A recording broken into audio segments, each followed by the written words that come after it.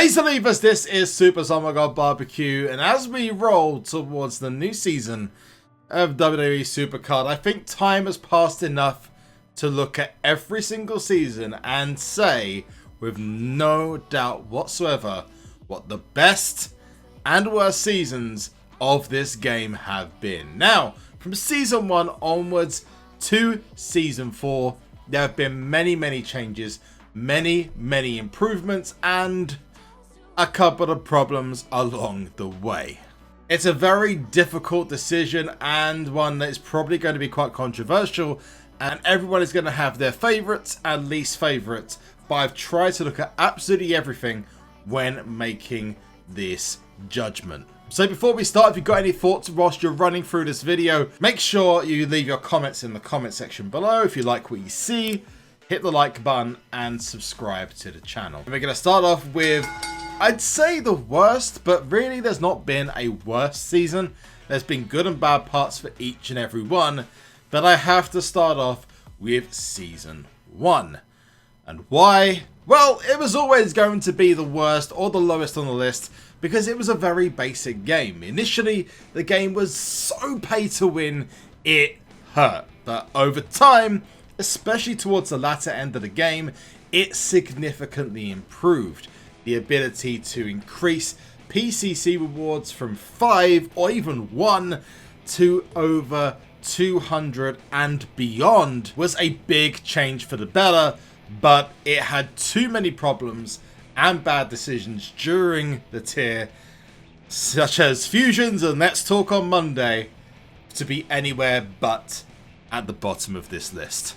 But there were some really good points. The PCC's initial Road to Glory's King of the Ring, Christmas themes, WrestleMania tier was largely beautiful. But the bad points were Let's Talk on Monday, the pay to win at the beginning of the game, the PCC page and the fusions that came afterwards, ring domination, waiting on the network, and that end to the season.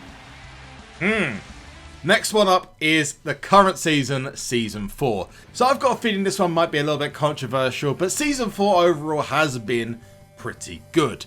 It's just a shame that so many problems have besieged this season of the game, and it's become radically overcomplicated and overcompensated for its lack of new players by pushing the existing players beyond their already stretched limits, whether that's grinding, money, or anything else, time, and for some that has been too much. To clarify, I'm not saying that Season 4 was doing this on purpose, but the requirement that reared its ugly head towards the end of Season 2 to always play the game and nothing else was present for almost 95% of Season 4. It sucks and it doesn't inspire people, it just drives them away.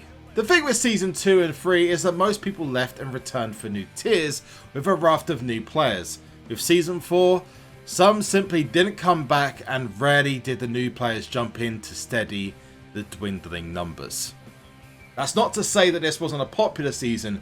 The numbers probably are higher than ever, but there's certainly been a lot less new players that have been hanging around the game compared to Season 3. There was a steady content release for Season 4. Last Man Standing shows great promise, some of the best designs ever in the game, and features they put in which have been fantastic. They put the pull animations back in, they took at the beginning of the season, which I still don't understand.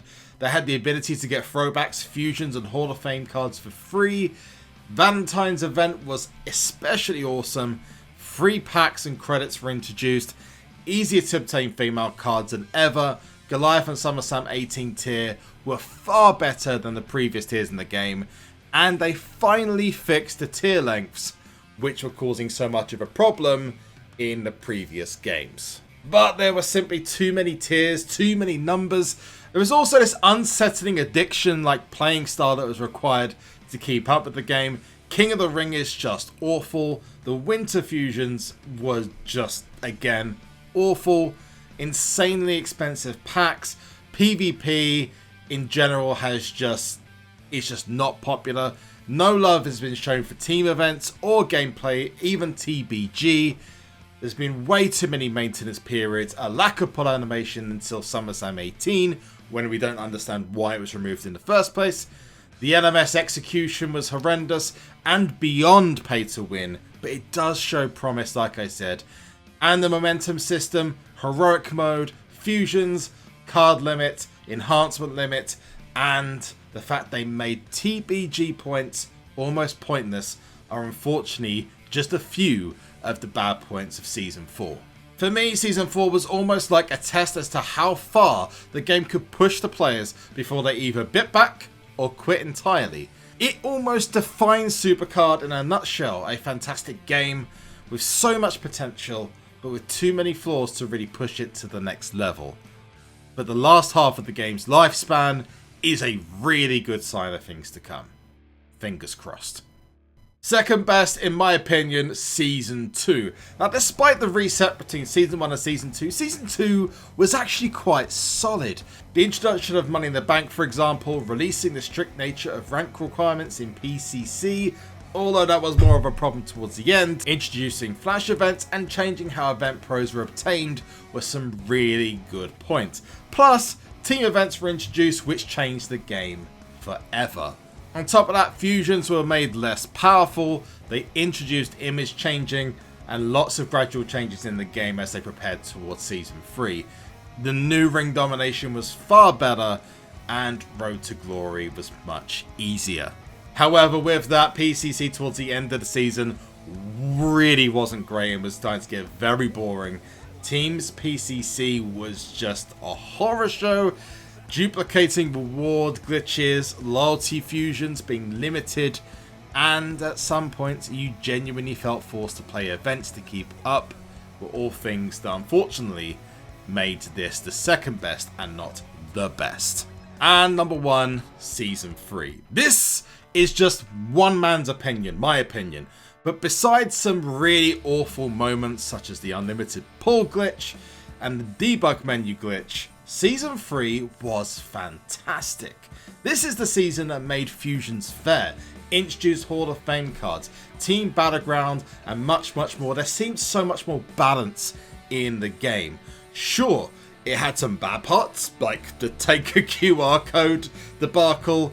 I mentioned the unlimited pull glitch, the inability to pull cards off the board at the beginning, the ladder problems which were misadvertised. But the ads weren't severely restricted as they were in Season 4. Royal Rumble was a breath of fresh air. I could go on, but it really just is everything the other games wasn't. It started really horribly, but unlike Season 2, it improved as the game went on, and by the end of Season 3, I personally had enjoyed myself more than any of the other seasons. There was also a regular flow of content and cards. New cards were introduced, including new images and new superstars that had never been included before. A lot of new superstars were included as event cards, which allowed for a lot more diversity instead of it being the same people over and over again. They removed PCC, which was getting very stale. Flash events became more important, and there was regular content released into the game. There were some bad parts, as I've mentioned already. They didn't replace PCC, and eventually towards the end of the game it did get a bit boring. The Goldberg event at the beginning was also horrific, and despite Team Battleground being introduced, WrestleMania 33's tier length was something they probably didn't anticipate being a problem, but it so was. But I want to know what your opinions are in the comment section below. Rank them between 4 to 1, 1 to 4, whichever one you want to go for. This is just my opinion, and from everything I've seen, this is as good as I can give you as a rationale to why I think Season 3 was the very best season of SuperCard. Will Season 5 be any better? We will have to find out. But for now, thank you guys so much for watching. Make sure you hit that like button, subscribe to the channel, and turn notifications on. But I have been SuperZombGBBQ. You have been awesome. And it's goodbye for now.